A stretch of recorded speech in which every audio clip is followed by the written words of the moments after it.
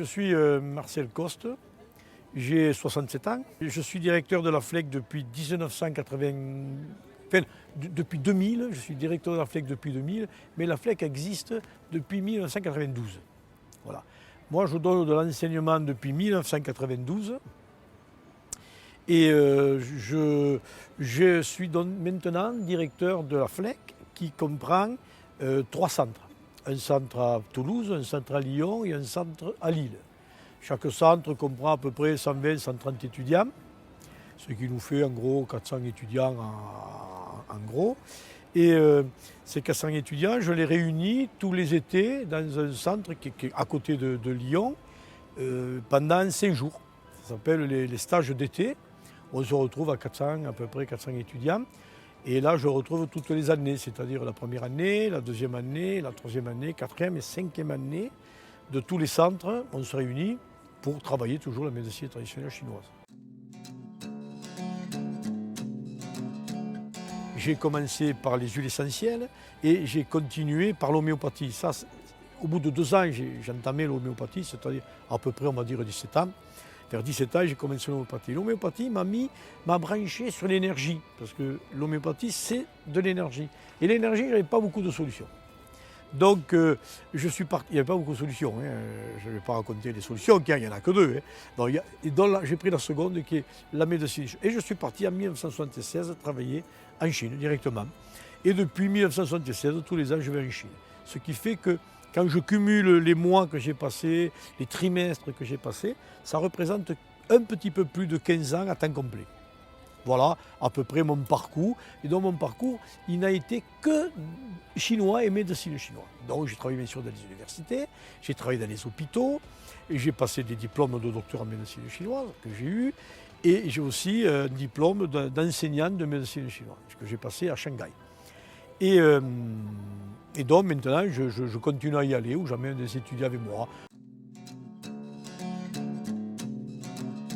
L'enseignement que nous utilisons, c'est l'enseignement de la médecine traditionnelle chinoise. Ça veut dire quoi? Ça veut dire que nous avons une théorie fondamentale, savoir comment fonctionne un organisme en médecine chinoise, bien sûr. Hein. Savoir par exemple que le cœur n'a pas que la fonction de travailler comme ça, c'est aussi la tête, c'est aussi nos pensées, tout ça c'est le cœur. Voilà. Ça nous permet aussi de comprendre comment qu'est-ce que c'est que l'énergie, les méridiens que nous avons, les points d'acupuncture, nous préparons tout ça bien sûr, et nous apprenons pourquoi l'on tombe malade et comment on tombe malade. Et savoir faire un diagnostic, ça c'est les 2 premières années. Après, on peut travailler sur la 3e année, on peut aller faire de l'acupuncture en 3e année.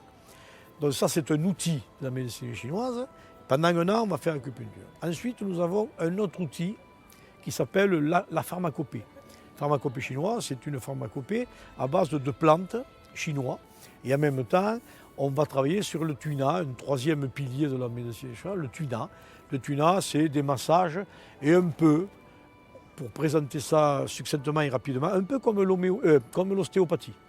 Voilà, donc on va manipuler des vertèbres, des genoux, des chevilles, voilà, ça c'est le but un petit peu pour remettre d'aplomb. Si quelqu'un vient avec une sciatique, c'est peut-être plus simple de travailler en tuina sur une vertèbre que de piquer pendant 3 ou 4 séances, alors qu'en manipulant une vertèbre, ça peut se résoudre dans les 5 minutes qui suivent.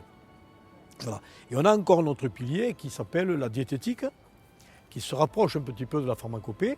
Donc c'est quoi la diététique? C'est apprendre à manger correctement en fonction des pathologies que nous avons. Et peut-être même de prévenir tout ce qui peut suivre après. Voilà, donc c'est bien manger, apprendre à bien manger. Voilà. Et l'autre pilier, c'est encore le Qigong.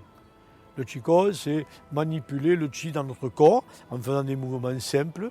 Et nous l'apprenons ça, bien sûr, à l'école, tous les samedis matins pendant 1 quart d'heure et tous les dimanches matins pendant 1 quart d'heure.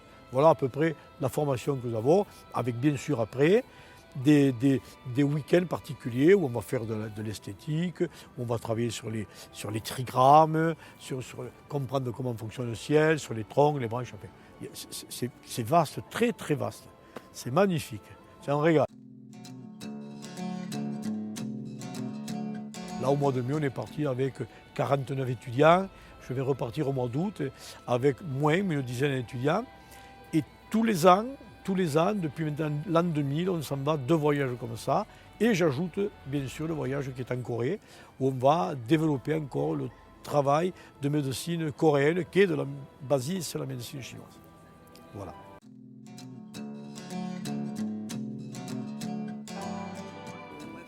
Alors, l'enseignement que je donne, je suis directeur, mais j'ai quand même 20 enseignants autour de moi qui ont eu la formation FLEC et qui sont allés bien sûr en Chine tout le temps.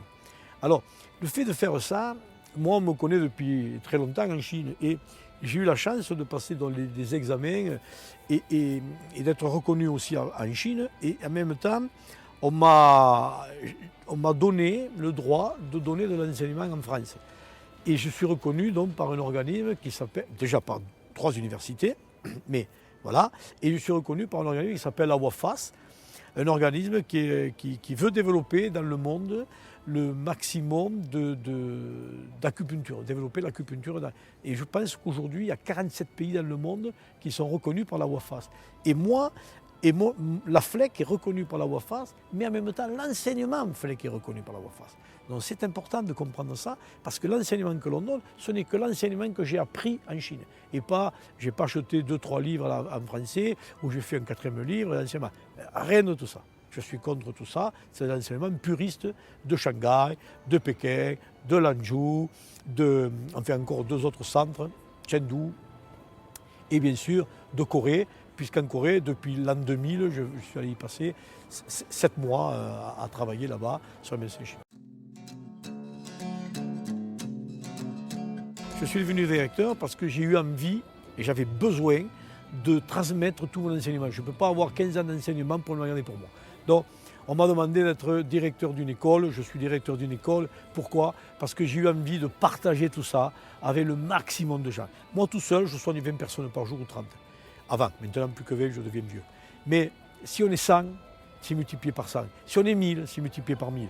Et comme j'ai voulu développer l'enseignement de la médecine traditionnelle, mais la pure, la vraie, celle qu'on fait en Chine, j'ai voulu créer ça, donc développer au maximum. On me dit, Marcel, ça serait bien que tu puisses aller à Alger pour développer. Pour moi, c'est un bonheur. C'est encore développé dans un pays de la médecine chinoise magnifique. Donc, c'est très riche pour moi de donner cet enseignement. Et bien sûr, à Alger, je trouve ça très intelligent et pour moi parfaitement bien de développer ça et d'apporter au mieux l'enseignement de la médecine chinoise.